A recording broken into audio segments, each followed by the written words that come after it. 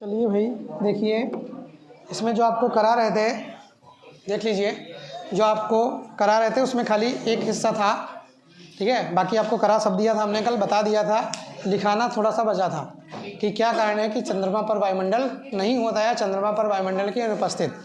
शायद हेडिंग भी पढ़ी होगी, ना पढ़ी होगा तो डाल लीजिए, चंद्रमा पर वायुमंडल की अनुपस्थित, ठीक है, पढ़ी होगी। जानते सभी लोग होंगे, जहाँ तक है जितने लोग भी थे क्लास में सब जानते होंगे कि क्यों नहीं चंद्रमा पर वायुमंडल होता है।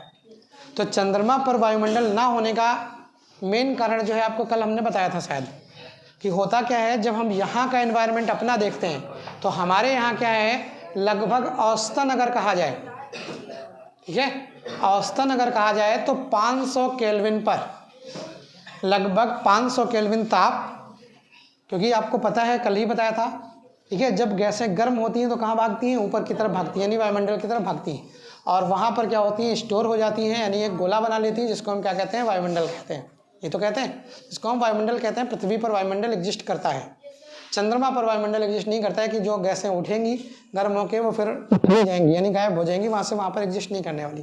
कारण है कि और अगर औसतन बात करें, आप जब ताप वाप बढ़ाएंगे कुछ करेंगे इस तरह से, तो अगर हम औसतन बात करें तो लगभग 500 केल्विन पर, ठीक है, कितना, लगभग 500 केल्विन। केल्विन और डिग्री सेल्सियस का रिलेशन तो जानते होंगे शायद, अगर डिग्री सेल्सियस में 273 जोड़ दिया जाए तो क्या बन जाता है, केल्विन बन जाता है।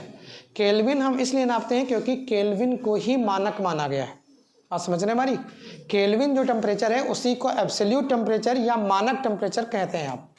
डिग्री सेल्सियस क्या है, मानक नहीं है, हम कैलकुलेट तो करते हैं लेकिन वो मानक की कैटेगरी में नहीं आते हैं आपके, ठीक है, वो आपके क्या है, एब्सोल्यूट नहीं है। तो एब्सोल्यूट के लिए हम क्या करते हैं, केल्विन शब्द का यूज करते हैं।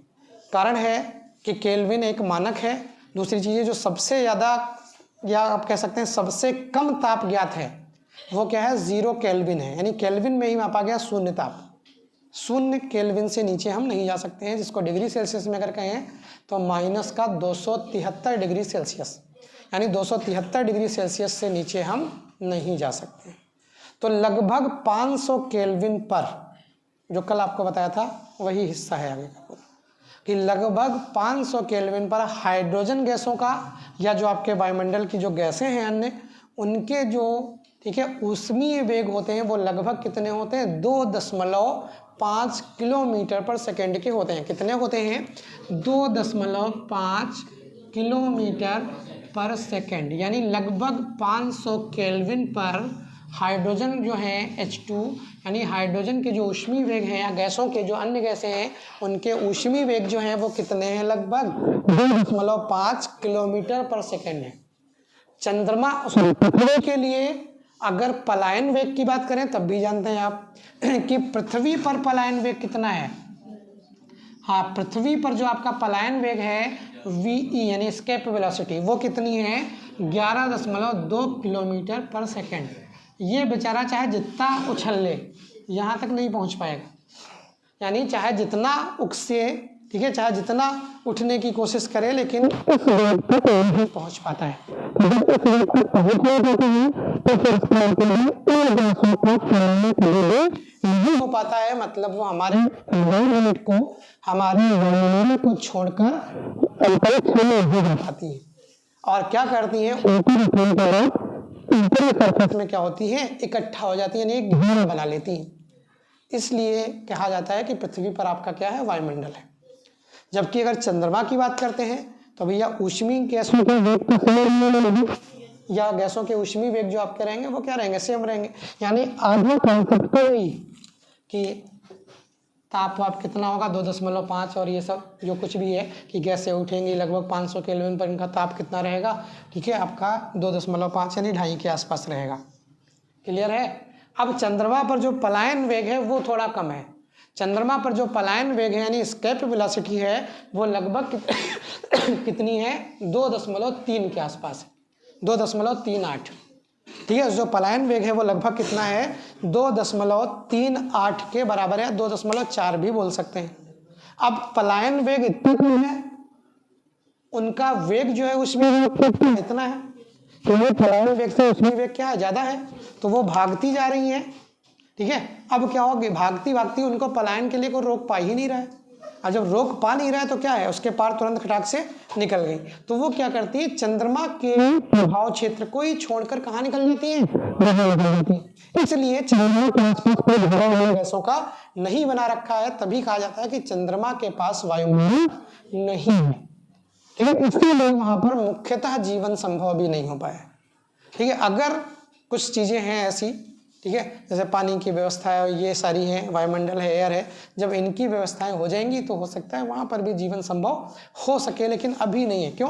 क्योंकि सबसे बड़ी समस्या है कि वहां पर इन्वायरमेंट ही नहीं है। ठीक है, वहां पर जो आप बात करेंगे बाहर की, जो आपका एटमॉस्फेयर है, यानी जो वहाँ का वायुमंडल है वही अनुपस्थित है। वायुमंडल नहीं है तो वायुमंडल के बिना तो सर्वाइव कर पाना बड़ा कठिन काम है, संभव नहीं है। इसलिए वहां पर क्या है, अभी कुछ पॉसिबिलिटीज नहीं है। और ये वेग उसका है, पलायन वेग, और ये वेग गैसों का है। तो वो क्या करती है, इस वेग को एक्सीड कर जाती है, यानी पार कर जाती है, और वहां से क्या होती है, उनका घेरा कोई नहीं रह जाता है। जितने बड़े बड़े ग्रह हैं उन पर क्या होता है, पलायन वेग उतना ज्यादा होता है। जैसे बृहस्पति है, ठीक है, पलायन वेग क्या है, बहुत ज्यादा है। अब पलायन वेग बहुत ज्यादा है तो गैसें बिल्कुल नहीं उठ पा रही है, इनमें तो तब भी थोड़ा एक आधी कुछ गैसें हो जो पहुंच जाए, गायब हो जाए। वहां पर क्या है, पलायन वेग बहुत ज्यादा है, गैसें बहुत एकदम से घेरा बनाए हैं, इसीलिए उनके वायुमंडल कैसे हैं, सघन है। सघन का मतलब है बहुत घने हैं, ठीक है, डेंसर है, कि मतलब वहां किसी भी तरह का कोई गैस नहीं निकल सकती है। इसलिए जो आपका बृहस्पति है उसका जो वायुमंडल है वो बहुत सघन है, और वो आपका क्या दिखता है, धूल मिट्टी और इन सब चीज़ों का एक गोला दिखता है बिल्कुल बृहस्पति। ठीक है, अगर आप जीवन की बात करेंगे तो एक तो आपका पृथ्वी पर है, दूसरा चंद्रमा पर ढूंढा जा रहा है। अगर ग्रहों की बात करें तो ग्रहों पर आपने देखा होगा मंगल पर ढूंढ रहे हैं। ठीक है, मंगल पर इसलिए ढूंढा जाता है, ठीक है, उसके भी कुछ कारण है। कारण ये है कि जैसे अब बात करें कि भाई मंगल पर ही काहे ढूंढ रहे हैं, क्या बुध पर नहीं ढूंढ सकते, क्या बृहस्पति पर नहीं ढूंढ सकते, ढूंढ सकते हैं कि नहीं ढूंढ सकते। तो अगर इनकी बात करें तो भैया बुध तो बहुत नज़दीक है, सूर्य के बहुत नज़दीक है कि नहीं, तो बुध बहुत नज़दीक है तो वहाँ पर हीट बहुत निकलती है, इसलिए वो गर्म बहुत है। जो आपका बुध है वो क्या है, बहुत गर्म है, इसलिए वहाँ पर जीवन संभव नहीं है। शुक्र की बात करते हैं तो वहाँ पर क्या है, CO2 की मात्रा बहुत ज़्यादा है। ठीक है, वहाँ पर क्या है, CO2 की मात्रा बहुत ज़्यादा है, आती है। CO2 क्या है, ग्लोबल वार्मिंग गैस है। ग्लोबल वार्मिंग गैस है जिस वजह से वो आने तो देती है ऊष्मा को, बाहर नहीं जाने देती, इसलिए क्या है, वो गर्म बहुत है। रही बात बृहस्पति की, तो बृहस्पति पे क्या है, वो आपका बहुत बड़ा, ठीक है, और मुख्यतः वहाँ पर जो इस तरह की ज़मीन और ये सब हिस्सा ये बहुत कम है। क्यों?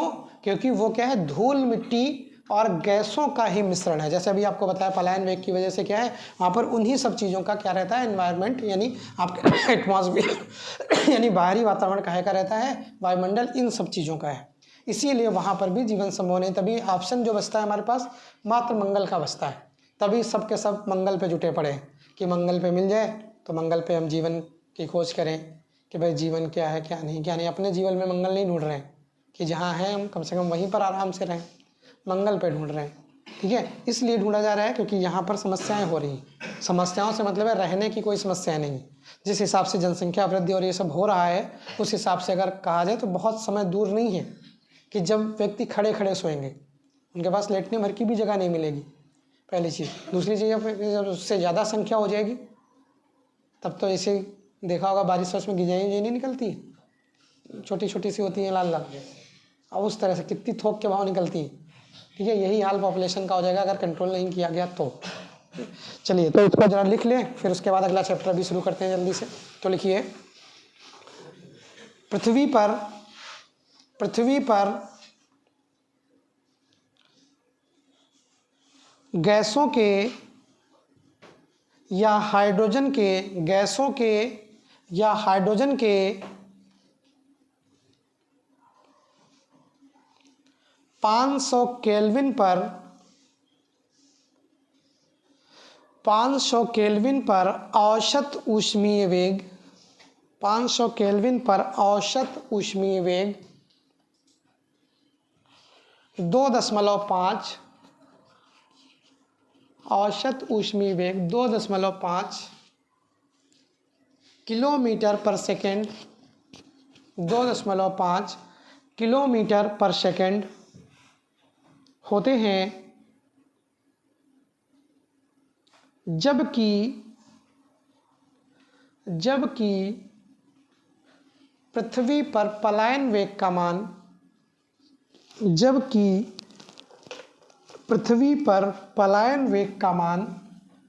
11.2 किलोमीटर पर सेकेंड, पलायन वेग का मान 11.2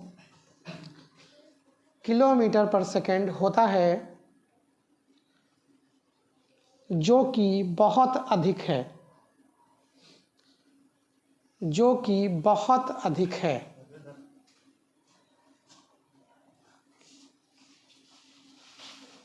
अतः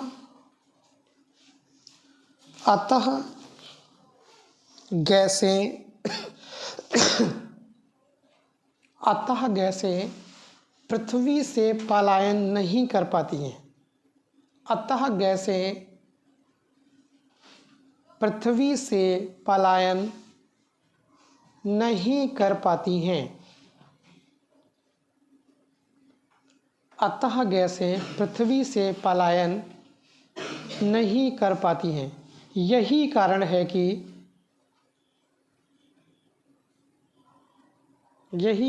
कि पृथ्वी पर वायुमंडल होता है।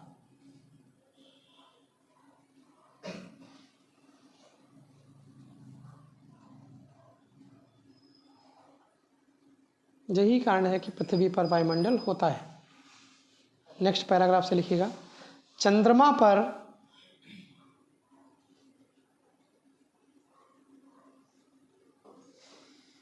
पलायन वेग का मान 2.38 किलोमीटर पर सेकेंड होता है, जो कि औसत ऊष्मीय वेग 2.5 औसत ऊष्मीय वेग 2.5 किलोमीटर पर सेकेंड से कम होता है। अतः चंद्रमा पर उपस्थित गैसें पलायन कर जाती हैं। अतः चंद्रमा पर उपस्थित गैसें पलायन कर जाती हैं। यही कारण है कि चंद्रमा पर वायुमंडल नहीं पाया जाता है। यही कारण है कि चंद्रमा पर वायुमंडल